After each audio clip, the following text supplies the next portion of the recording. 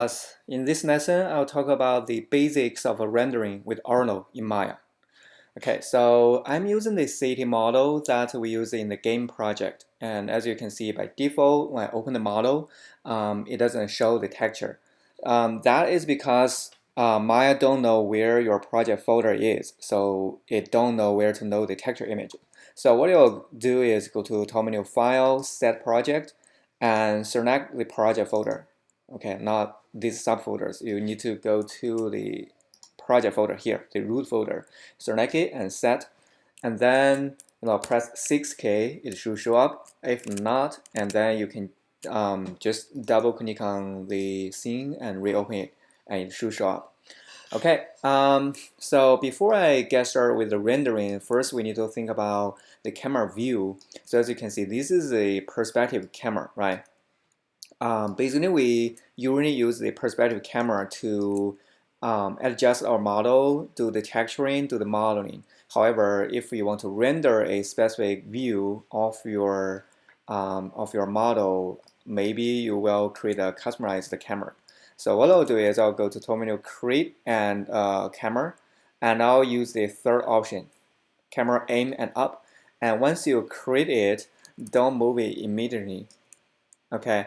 Instead, what you need to do is go to Outliner. See, when you create it by default, you are not selecting the whole folder. Okay, you're selecting the individual objects. So I want you to deselect the camera and then select this whole group that contains the camera, the aim and up point. Okay, so you're able to move the whole thing. And this is how it looks. Let me zoom in. This is the camera. This is up position and this is aim point. So basically, when you grab the aim point, as you can see, the camera is rotating. So it depends on where you're aiming to your object. We will not use the aim function for now because usually we use it for animation. For example, if you have a character to run across the street, and then you can attach this aim point on the character, right? So your camera will track your character's movement. Okay. So what I'll do is I'll select this whole group and I will place it to the side and I'll rotate in 180 degree. So you can come here and rotate 180. So now it is aimed to this side, right? And then we can go to the two window view here. Let me come here. This window, click on that. And then you'll have two windows, right? So the left window by default is a front camera, so you can go to the panel perspective and check on the camera you just created. And this is the view from the camera. As you can see, if I select the camera and if I move it in this scene, and here the view changes. Okay, so now we have to talk about how to render your object. So to render your scene, as you can see, right now the proportion is like this, and if I grab this window, the proportion is like this. So what will be the final image I can render? So first step I want you to do is go to the view in this window, go to view, and go to the camera setting, and check on resolution gate. So this will create this frame. So basically, this is what you're going to render. Inside of the frame is the image you're going to render, and on top of it, you can see that 960 times 540. So that is the resolution of your image that you're going to render, and you'll have to change the setting by go to this button. This is the render setting. Click on that, and you'll jump to the render setting here. And for image format, we would like to choose JPEG. First, actually, you have to make sure you select the auto render as the render engine. By default, you may select to Maya software. Okay, and you render fast, but it doesn't give you the best result. So I would choose auto render. And if you don't see it listed here, you can just go to Terminal Windows, Setting Preferences, Plugin Manager. And here down below, you'll find Maya to Arnold. So you can just search here M2A and check on loaded and auto loaded and refresh, and it should show up here. Okay, select auto render and then image format as JPEG, quality as 100, and what else you'll change? here basically frame, well, just to do a single frame. So when we render animation, we usually do this one. So you give your file a name, and then you choose a format with the JPEG we choose. So this will be the extension, and between the name and extension, you will name your image of a sequence, like 0001, 2, 3, 4, 5, 6. So that is for image sequence rendering for animation. Okay, so here we'll just choose single frame, which is the name dot extension. Okay, and down below here. So frame range, basically when we render animation, you decide a range you would like to render. Okay, we'll talk about this later. And renderable camera right now set to perspective. However, if we want to render this camera view, and you can change it to camera 1. Okay, and you can render alpha channel. So if you create a mask for your model, or if you want to render the depth information, which object is closer, which object is farther, and then you can render the z depth. We will not need it for now. Okay, and preset, here's the resolution you will choose. Let me move it up. So by default is a HD 540, and we would like to choose HD 1080, which is 1920 to 1080.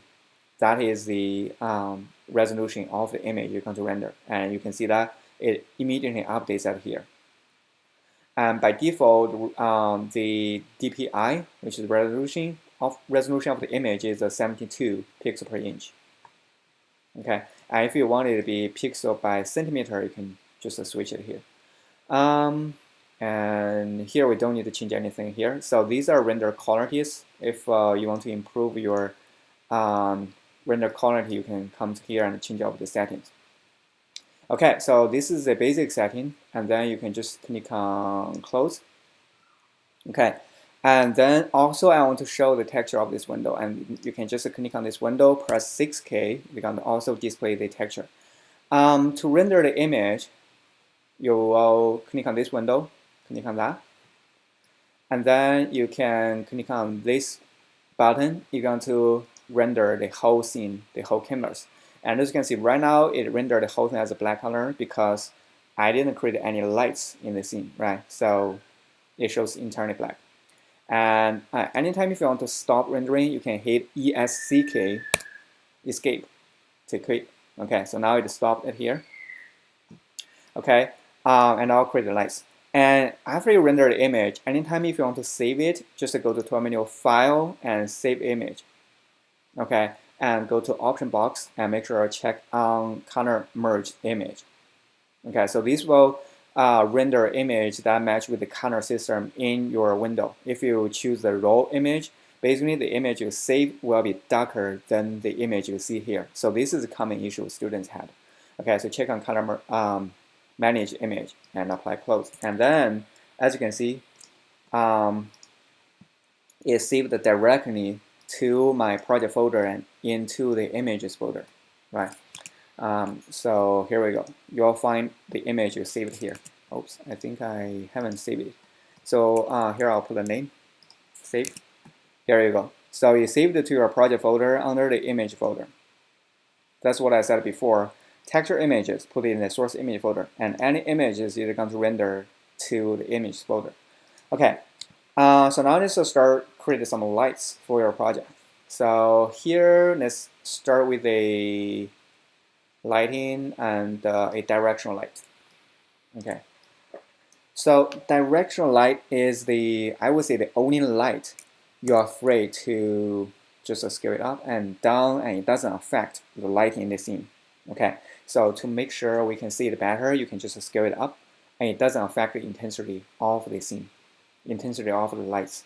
So you should be careful about the other lights, like point lights or spotlights and arrow lights, and don't scale them up and down if you want to keep the intensity of the lighting. Okay, so here we can just preview the lighting by clicking on this button, and we can change the angle, and let's see if I want the light comes from this direction. Okay, now we can see the light, and we can check on the shadow. So this is a preview. So remember, this is a preview in Maya, and for the maximum lighting it can preview is about, I believe it's about 6 5 to 6. So if you created 10 lights, it's gonna ignore the other 4. You're gonna only preview 5 or 6 lights. Okay, just be aware of that. It doesn't mean your lights will not be rendered. When you render the image, all the lights will show here, but it will not preview that many lights. Okay, this is a common issue students had. All right, so now you can see the lights looks good here, but if I render here, if I come to render, so you can just grab a area here. It will show a red square, and then you can click on this icon, so it will only render a portion of your image. Okay, that can faster your workflow since you are still working on the lights, right? And it'll be really time consuming to render the whole thing.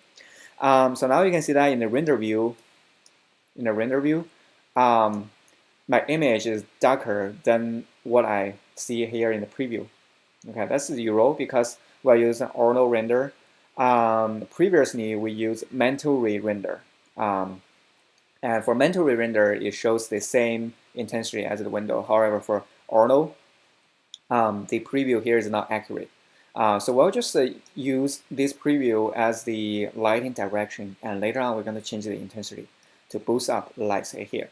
So the directional light, it lighten your object from one direction. It is like the sunlight or moonlight. Okay. So now let's create other lights to lighten the dark area. So you can go to create and